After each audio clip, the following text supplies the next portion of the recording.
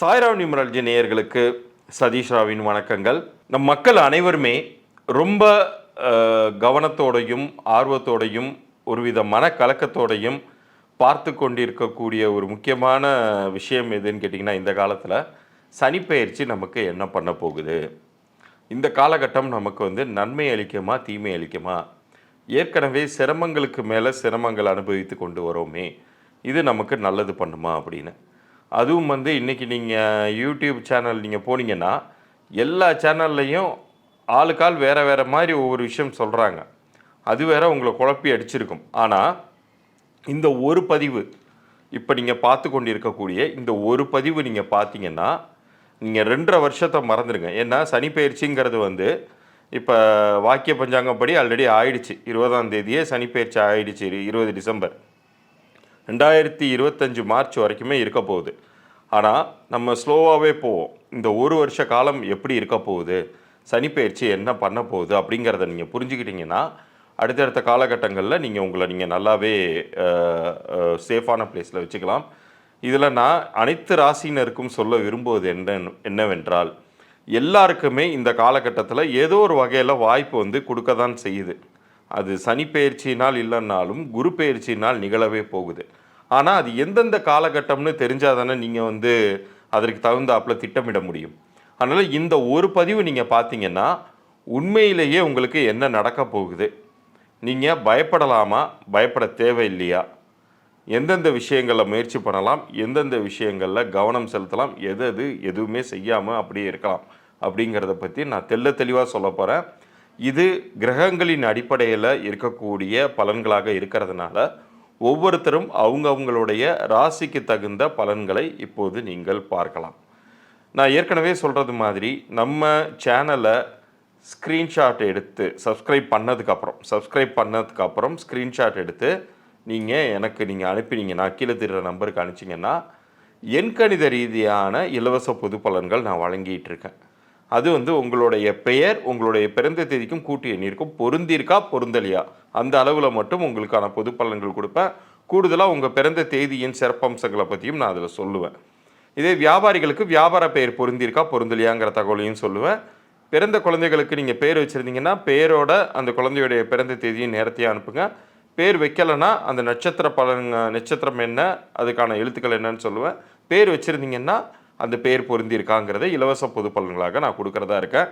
ஆனால் நான் மறுபடியும் சொல்கிறேன், நம்ம சேனலை நீங்கள் சப்ஸ்கிரைப் பண்ணிவிட்டு லைக்கும் தட்டிட்டு நீங்கள் அது ஸ்க்ரீன்ஷாட் எடுத்து உங்களுடைய பிறந்த தேதி, பெயர், உங்கள் வியாபார பெயர் இந்த தகவல்களோடு அனுப்பிச்சிங்கன்னா உங்களுக்கான பதில்கள் 3 நாட்களுக்குள்ளார நான் அனுப்பிச்சி வைப்பேன்.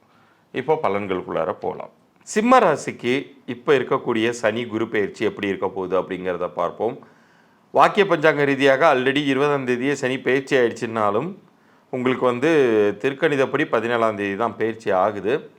இந்த காலகட்டம் உங்களுக்கு 7ஆம் வீட்டில் சனி நிற்கிறாரு. தொழில் வாய்ப்பு உங்களுக்கு ரொம்ப நன்றாகவே வரப்போகுது அப்படின்னே சொல்லலாம். ஏன்னா இந்த காலகட்டத்தில் உங்களுக்கு நிறைய இருக்கிற இடத்த விட்டு வெளியூருக்கோ வெளிநாட்டுக்கோ செல்லக்கூடிய அமைப்பு இருந்தால் எந்தவித பாதிப்பும் உங்களுக்கு இந்த பயிற்சி காலகட்டங்களில் உங்களை அண்டாது.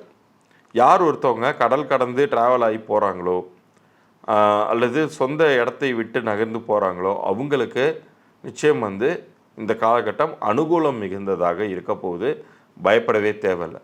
ஒவ்வொரு சேனல்லையும் ஒவ்வொரு விதமான பலன்கள் சொல்லும்போது உங்களுக்குள்ளார ஒரு பதட்டம் இருக்கும். ஐயோ, இந்த சனி பயிற்சி நமக்கு ஃபெயிலியர்ஸை கொடுத்துருமோ, குரு பயிற்சி ஃபெயிலியர்ஸை கொடுத்துருமோ அப்படின்னு. ஏன்னா இருக்கக்கூடிய ராசிகள்லேயே கிரகங்கள்லேயே இந்த 2 கிரகங்களும் தான் ரொம்ப பெரிய அளவுக்கு இந்த பயிற்சி பலன்களை உற்று நோக்க கவனித்து பார்க்க வேண்டியது. அதற்கு அடுத்தபடியாக ராகு கேதுவையும் சொல்லலாம். ராகு கேது பயிற்சியிலையுமே கவனத்தோடு இருக்கணும்னு சொல்லலாம். குறிப்பாக இந்த 2024 பொறுத்த அளவுக்கு 2ஆம் இடத்துல உங்களுக்கு கேது இருக்கிறது அப்படிங்கிறது எதை குறிக்குதுன்னு கேட்டிங்கன்னா, சமயத்தில் நீங்கள் ரொம்ப பொறுமை இழந்து ஒரு கத்தி பேசுகிறது அல்லது ஒரு ஹார்ஷாக நடந்துக்கிறது, இது மாதிரியான தன்மைகளை உங்களுக்கு கொடுத்துரும். ஸோ இந்த மாதிரி காலகட்டத்தில் நீங்கள் முடிந்த வரை பொறுமையாக போயிடணும். எல்லா விஷயத்துலையும் வீண் வாக்குவாதங்களை தவிர்க்கணும். சண்டை சச்சரவுகளை கண்டிப்பாக தவிர்த்தே தீரணும். இது வந்து ஏப்ரல், ஜூன் சமயத்துலலாம் பார்த்தீங்கன்னா, உங்களுக்கு தொழில் வளர்ச்சிக்கான வாய்ப்புகள் ஏற்கனவே வந்த வாய்ப்புகள மிக சரியாக பயன்படுத்தி இருந்திருப்பீங்க. மேன்மேலும் அது விருத்தி அடையக்கூடிய அம்சத்தையே அது கொடுக்கும். காரணம் என்னன்னா, உங்களுக்கு இவ்வளோ நாள் 9ல் இருந்த குரு, ஃபுல் புரொடெக்ஷன் கொடுத்து உங்களுக்கான வாய்ப்புகளை உருவாக்கி தந்த குரு, இப்போ உங்களுக்கு பணத்தையும் தர ஆரம்பிப்பார். ஏன்னா 10ஆம் வீட்டுக்கு போகிறதுனால தொழில் வாய்ப்புகளால் உங்களுடைய நிலை வந்து கண்டிப்பாக உயரும். இந்த காலகட்டத்தில் நீங்கள் எதை பற்றியும் பெரிய அளவுக்கு யோசிக்காமல் செயலில் இறங்கிட்டாலே போதும், நிச்சயம் வந்து நீங்கள் வந்து ஜெயிப்பீங்க அப்படின்னு உறுதியாக சொல்லலாம்.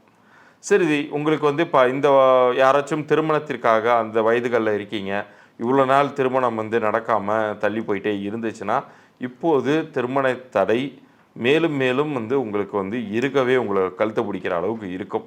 விலகுமா அப்படின்னு கேட்டால், ஏதாவது ஒரு காரணத்தினால அது இன்னும் கொஞ்சம் விலகி போயிட்டே இருக்கும். ஆனால் அது நல்லதுக்குன்னு எடுத்துக்கோங்க.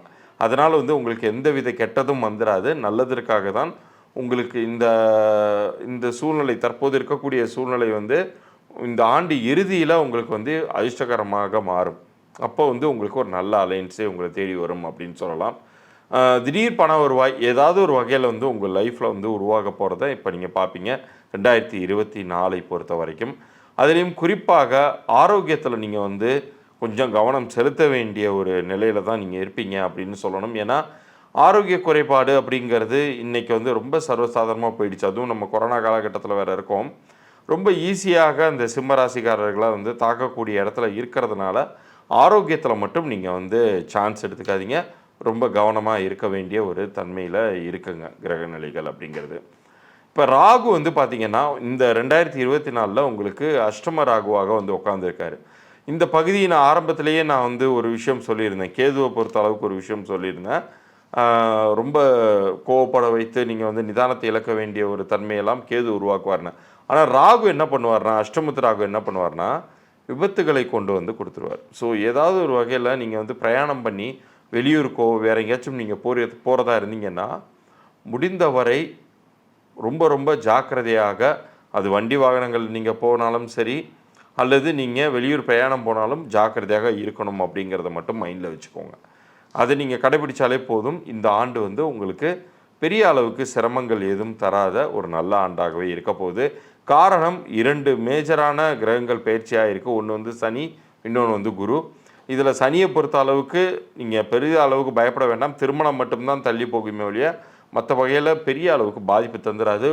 குரு வந்து ஏற்கனவே நல்ல பொசிஷனில் இருக்கார். அது மேலும் மேலும் ஒரு விருத்தி அம்சத்தின் தன்மையில் வெளிப்படக்கூடிய வகையில் தான் அடுத்தடுத்த இடங்களுக்கு போகிறாரு. ஸோ எதை கொண்டும் நீங்கள் பயப்படாமல் இந்த பலன்கள் படி நீங்கள் வந்து சந்தோஷமாக வாழலாம் இந்த ஆண்டை பொறுத்தவரை. ஸோ இவ்வளோ நேரம் இந்த பலன்களை ரொம்ப தெளிவாக கேட்டிருப்பீங்க. இப்போ உங்களுக்கு வந்து ஒரு பயம் அற்ற தன்மை இருக்கும் அப்படின்னு நான் நம்புகிறேன். ஏன்னா உங்களுக்கு எப்போ என்ன எதை செய்யணும், இந்த காலகட்டம் எந்த அளவுக்கு நன்மையாக இருக்குது அல்லது எந்த அளவுக்கு கவனத்தோடு இருக்கும் அப்படிங்கிற விஷயங்கள் எல்லாமே உங்களுக்கு புரிஞ்சிருக்கும். ஸோ மேலும் நம்மளுடைய சேனலில் என்னுடைய மற்ற கண்டென்ட்லாம் இன்ட்ரெஸ்டிங் கண்டென்ட்ஸ்லாம் வரப்போகுது. தொடர்ந்து ஆதரவு தாருங்கள்.